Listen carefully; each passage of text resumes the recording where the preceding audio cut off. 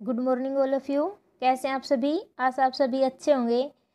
एक बार फिर हम हाजिर हैं हमारे 30 क्वेश्चन के साथ, संविधान से संबंधित महत्वपूर्ण 30 क्वेश्चन।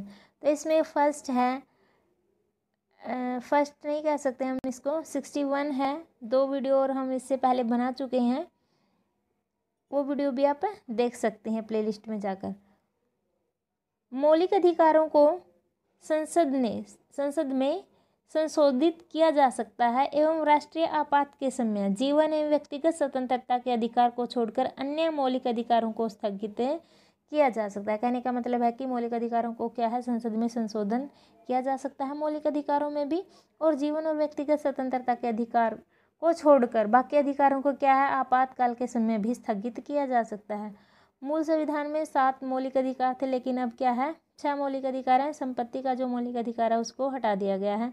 44वें संविधान संशोधन द्वारा संपत्ति के अधिकार को मौलिक अधिकारों से हटाकर क्या है, कानूनी अधिकार के रूप में रखा गया। अब वो संपत्ति का अधिकार क्या है, कानूनी अधिकार है।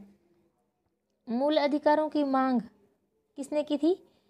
सरदार वल्लभ भाई पटेल ने की थी, मतलब मौलिक अधिकारों की मांग। मूल अधिकारों का प्रारूप किसने तैयार किया था? जवाहरलाल नेहरू ने तैयार किया था।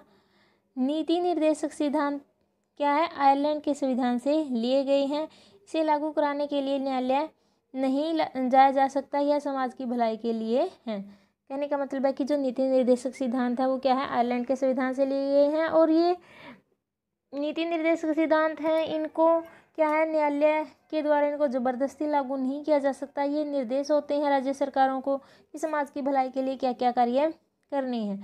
मौलिक अधिकार व्यक्ति के अधिकार के लिए बना है, इसे लागू करने के लिए संविधान की शरण में जाया जा सकता है। न्यायालय की शरण में हम जा सकते हैं अगर हमारे मौलिक अधिकारों का हनन होता है तो। मौलिक अधिकारों की संख्या कितनी है? 11 है। 42वें मूल कर्तव्यों की संख्या कितनी है? 11 है, पहले 10 थे। 42वें संविधान संशोधन द्वारा मौलिक कर्तव्यों को संविधान में जोड़ा गया है और इसे रूस के संविधान से लिया गया है। कोई व्यक्ति भारत का नागरिक माना जाएगा यदि उसका जन्म क्या है, 26 जनवरी 1950 के बाद क्या है, भारत में हुआ है, तो वह क्या, भारत का नागरिक माना जाएगा। भारतीय संघ की कार्यपालिका किस में निहित है? राष्ट्रपति में निहित है। नेक्स्ट है, भारत में संसदीय शासन व्यवस्था को अपनाया गया है।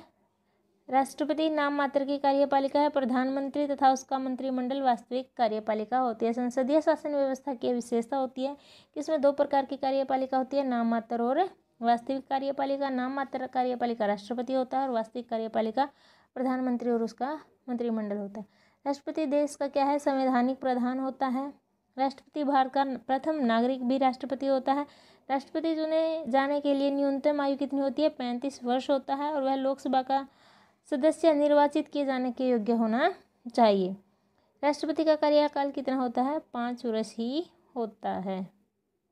नेक्स्ट है, राष्ट्रपति का निर्वाचन अप्रत्यक्ष रूप से क्या है, निर्वाचक मंडल के द्वारा किया जाता है। राष्ट्रपति के चुनाव के लिए अनुपातिक प्रतिनिधित्व की एकल संक्रमणीय प्रणाली को अपनाया गया है। राष्ट्रपति के निर्वाचन में क्या है, राज्यसभा, लोकसभा, राज्य विधानसभाओं तथा संघ शासित विधानसभाओं के निर्वाचित सदस्य भाग लेते हैं। राष्ट्रपति के निर्वाचन मंडल में संसद के मनोनीत सदस्य, राज्य विधानसभाओं के मनोनीत सदस्य तथा राज्य विधान परिषदों के सदस्य शामिल नहीं किए जा सकते। ये भी ध्यान रखने वाली बात है कि इसमें मनोनीत सदस्य भाग नहीं लेते।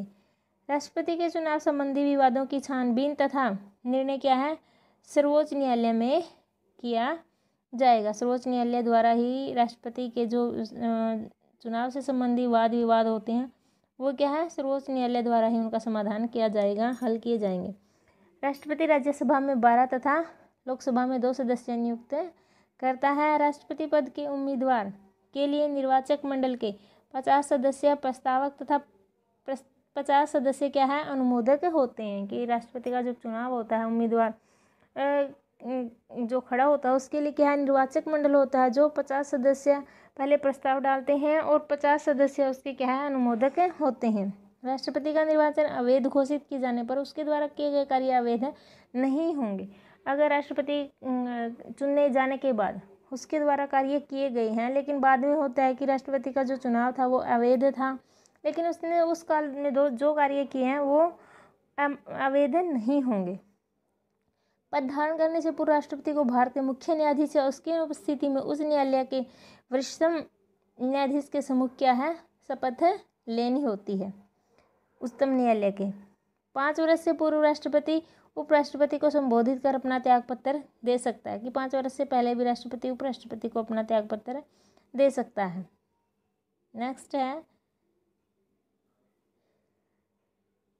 राष्ट्रपति द्वारा संविधान का उल्लंघन करने पर उसके विरुद्ध क्या है, महाभियोग चलाकर उसको पद से हटाया जा सकता है। महाभियोग प्रस्ताव संसद के किसी भी सदन में लगाया जा सकता है, कि राष्ट्रपति को उसकी अवधि से पूर्व भी हटा सकते हैं, लेकिन कब, अब उस पर महाभियोग लगाया जाएगा। और महाभियोग का जो प्रस्ताव है वो क्या है, संसद के किसी भी सदन में लाया जा सकता है। महाभियोग से 14 दिन पूर्व राष्ट्रपति को इसकी सूचना दी जाती है, जिस पर उस सदन के 14 सदस्यों का हस्ताक्षर होता है।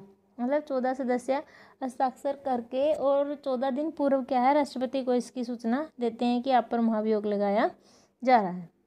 संसद के उस सदन में जिसमें महाभियोग का प्रस्ताव पेश है कि 2/3 सदस्यों द्वारा पारित कर देने पर प्रस्ताव दूसरे सदन में जाएगा। 2/3 सदस्यों द्वारा एक सदन से जब प्रस्ताव पारित हो जाएगा उसके बाद दूसरे सदन में जाएगा। दूसरा सदन क्या है, राष्ट्रपति पर लगाए गए आरोपों की जांच करेगा।